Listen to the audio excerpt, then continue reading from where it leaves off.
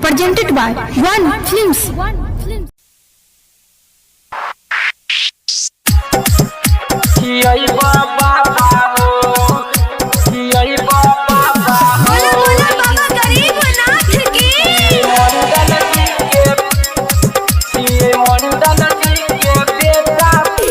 चढ़ते सावन हमें भोला हो, चढ़ते सावन देवघर बाबा हो।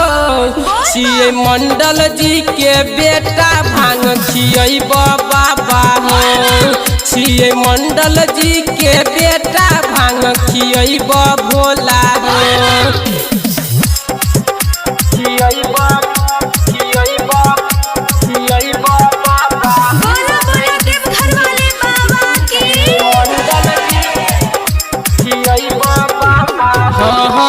भान खा के बाबा तोई तो रही हो खूबे मस्त हो, हमरा पराबे न दी हो बाबा कोनो कष्ट हो।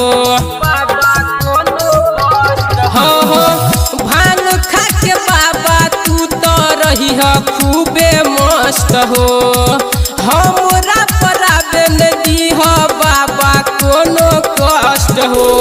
बोल बम के नारा हमें लगैब भोला हो, बोल बम के नारा हमें लगैब भोला हो। छिए मंडल जी के बेटा भांग खिए बाबा हो, छिए मंडल जी के बेटा भांग खिए भोला हो।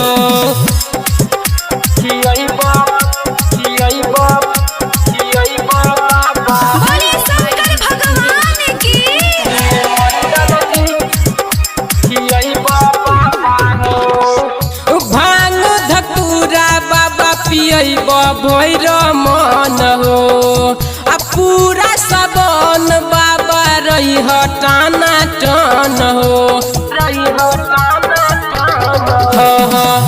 भांग धतूरा तोरा पियब भैर मन हो आ पूरा सबन बाबा रही टाना टन हो। कृष्णा सोनू के संगे हमें यही बाबा हो, राइटर शिव शंकर के संगे हमें यही भोला हो। छिए मंडल जी के बेटा भांग खिए भोला हो, छिए मंडल जी के बेटा भांग खिए भोला।